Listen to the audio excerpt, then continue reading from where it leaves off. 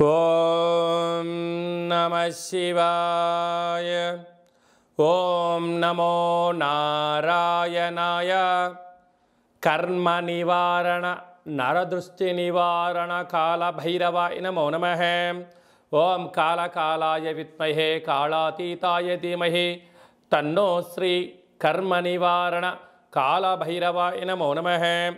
ఓం ఆంజనేయాయ విద్మహే వాయుపుత్రాయ ధీమహి తన్నో హనుమత్ ప్రచోదయాతు. హరి ఓం. మా ఛానల్కి స్వాగతం. చూస్తున్న వీక్షకులకు ప్రేక్షకులకు ప్రియ కాళభైరవ భగవద్బంధులకి స్వాగతం పలుకుతూ మమ్మల్ని ఎంతగానో ఆదరిస్తూ ఉండబడినటువంటి ప్రియ సోదర సోదరీమణులకు, జ్యోతిష్య అభిమానులకు, సనాతన ధర్మ సంరక్షకులకు అందరికీ కూడా హనుమత్ జయంతి పండగ శుభాకాంక్షలు. రామతత్వాన్ని అవలంబించుకుందాం, నిత్యము రామనామాన్ని జంపింపజేసుకుందాం, స్వామివారి ఆశీస్సులు పొందుదాం. 500 సంవత్సరాల తర్వాత మొట్టమొదటిసారిగా అయోధ్యలో రామ మందిర నిర్మాణం తర్వాత మొదటిసారిగా జరుగుతున్నటువంటి హనుమత్ జయంతి సందర్భంగా మనమందరము కూడా స్వామివారిని స్మరిద్దాం, ధ్యానిద్దాం, స్వామివారికి ఓడమాలను సమర్పిద్దాం. తమలపాకుల పైన శ్రీరామ అనేటువంటి రామాలను రాసి ఆ యొక్క స్వామివారికి సమర్పించుకుందాం. జాతకంలో ఉండబడిన గ్రహదోషాలను తొలగించుకొని అందరినీ నిండు నూరేళ్ల ఆయురారోగ్యాలుగా ప్రసాదించాలని కోరుకుందాం.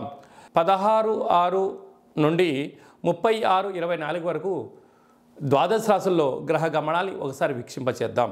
మేషరాశిలో కుజ భగవానుడు స్వక్షత్రకారకుడు, వృషభ రాశిలో గురు భగవానుడు సంచార స్థితి, మిథున రాశిలో రవి బుధ శుక్ర సంచార స్థితి, బుధుడు స్వక్షత్రకారకుడు, కన్యరాశిలో కేతు భగవానుడు, కుంభరాశిలో శని భగవానుడు స్వక్షత్రకారకుడు, మీనరాశిలో రాహు సంచార స్థితితో ద్వాదశ రాశుల్లో గ్రహ గమనాలు ఈ విధంగా ఉన్నాయి. అందరికీ ముఖ్యంగా తెలుసుకోవాల్సిన విషయం ఏమిటంటే కుజ భగవానుడు స్వక్షత్రంలో, బుధ భగవానుడు స్వక్షత్రంలో, శని భగవానుడు స్వక్షత్రంలో ఉండడము, 3 గ్రహాలు స్వక్షత్రంలో ఉన్నప్పుడు గ్రహయోగం అందరికీ యోగదాయకమని చెప్పి గమనించాలి. అందులో మిథున రాశిలో రవితో కలిపిన బుధ భగవానుడు అవ్వడం వలన, బుధాదిత్య రాజయోగం కారణం వలన ప్రభుత్వ ఉద్యోగ ప్రయత్నం చేసేటువంటి వారికి ఇది అందరికీ చాలా మంచి కాలము అని చెప్పి గమనించాలి.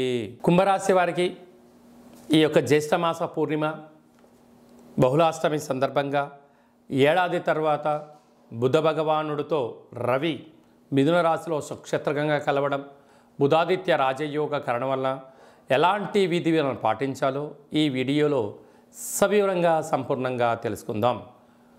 కుంభరాశిలో ఏ నక్షత్రాలు వస్తాయి అనగా ధనిష్ఠ నక్షత్రంలోని 3వ పాదం, 4వ పాదం, శతభిష నక్షత్రంలోని 4 పాదాలు, పూర్వాభాద్ర నక్షత్రంలోని 1, 2, 3 పాదం కలిపితే కుంభరాశి అవ్వడం జరుగుతుంది. చాలామందికి పుట్టినటువంటి కాల సమయంలో డేటా బర్తులు లేనటువంటి కారణం వలన పేరు యొక్క మొదటి అక్షరాన్ని అనుసరిస్తూ ఆ రాశిని తెలుసుకునే ప్రయత్నం చేద్దాం. గు, గే, గో, సా, సి, సు, సే, సో, ద అక్షరాల వారందుడు కుంభరాశి జాతకులే. కుంభరాశి యొక్క అధిపతి శని భగవానుడు. వీరికి ఏళ్ళనాటి శని మధ్యమ సంచార స్థితి జరుగుతున్న విషయం తెలిసినటువంటిదే. కనుక రాశిలోనే శని భగవానుడు సంచారం చేయడం విచిత్రం ఏమిటనగా కష్టపడి పనిచేయడం కుంభరాశి వారి వంతు, ఫలితాలు అనుభవించడం పక్కవారి వంతు అన్నట్టుగా ఉంటుంది. ఇటు అన్నదమ్ముళ్ళని, అక్కా చెల్లెలని, బంధువులు, మిత్రులు, స్నేహితులు, సన్నిహితులు అందరూ కూడా మీ మంచితనాన్ని ఆసరాగా తీసుకొని కొంత సమయాన్ని, ధనాన్ని వాడుకొని అది మీకు ఇవ్వకుండా మీకు 2 పంగనామాలు పెట్టేసేయడం, పోలీస్ స్టేషన్లని, గొడవలని, ఒత్తిడికి గురి చేయడం, మీ గురించి సమాజంలో మంచి కన్నా శత్రువులను అభివృద్ధి చేసే పనిగా కొందరు పనిచేసే పరిస్థితి ఉంటుంది. కనుక ఇలాంటి కాల సమయంలో దయచేసి అప్పులు ఇవ్వద్దు, అప్పులు కూడా తెచ్చుకోవద్దు. వీలైనంత వరకు మౌనంగా ఉండండి, ఆధ్యాత్మికంగా ఉండండి, ఆరోగ్యానికి తగు ఇంపార్టెన్స్ ఇచ్చి తీరండి. అదే కాకుండా మీ జన్మ నక్షత్రం రోజున పూర్ణిమ అష్టమి తిథి యందున నీటితో, పంచభూతాలతో, యంత్రాలతో, ఆయుధాలతో చెలగాటం ఆడవద్దు. పై అధికారులతో, సహ ఉద్యోగస్తులతో, కింది స్థాయి ఉద్యోగస్తులతో అపహాస్యం పనికిరాదు. మెసేజ్లు కానీ, వాట్సాప్ కానీ, ఫేస్బుక్లో కానీ తెలియనటువంటి వాటి గురించి మీరు ఫార్వర్డ్ చేయొద్దు. ఏదో ఒక వచ్చింది కదా, నాకు రూపాయల లాభం వస్తుంది కదా అని చెప్పి దాన్ని క్లిక్ చేశారా, సైబర్ నేరానికి మీరే బలి అయిపోవడము, మీ అకౌంట్లో ఖాళీ అయ్యే పరిస్థితి చాలా అధికంగా ఉంటుందని చెప్పి గమనించాలి. ధనస్థానంలో రాహు అనేక మంది శత్రులను అప్పులు ఇచ్చి పుచ్చుకునే విధానంలో ఇబ్బందులు ఉంటాయి. తృతీయంలో కుజ సంచార స్థితి ఉండడం వలన తల్లిదండ్రులు, స్థిరాస్తులు, చరాస్తుల్లో విజయం మీ సొంతం అవుతుంది. అర్ధాష్టమ గురువు కారణం వలన తొందరపాటు నిర్ణయాలు, కొత్త కొత్త కార్యక్రమాలు ప్రారంభించకపోవడమే మంచిదని చెప్పి గమనించగలగాలి.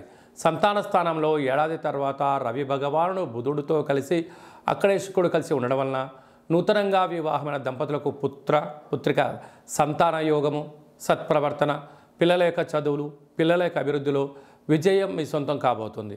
అదే కాకుండా అష్టమంలో కేతు ఉండడం వలన చిన్న చిన్న విషయాలకు ఆందోళన తగదు. వీలైనంత వరకు ప్రతి విషయాన్ని క్షుణ్ణంగా చదవండి, వినండి, అర్థం చేసుకోండి. తొందరగా పాటుపడి నిర్ణయం తీసుకోవడం, అనడమొద్దు అనిపించుకోవడం వద్దు అన్న పరిస్థితి ఉంటుంది.